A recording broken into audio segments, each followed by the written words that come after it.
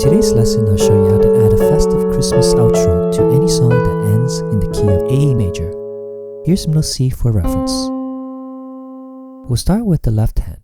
We'll go down the chromatic scale and play A, A flat, G, G flat, F, E, and end with A octaves. On the right, we'll play A and C sharp together.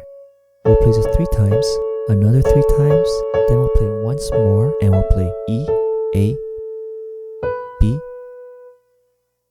and end with E, G sharp, and C sharp. We'll play both hands together to give us our A major 7 chord. Now let's add this ending to any song that ends with A or A major 7. Instead of the simple A or A major 7, we'll play our ending like so.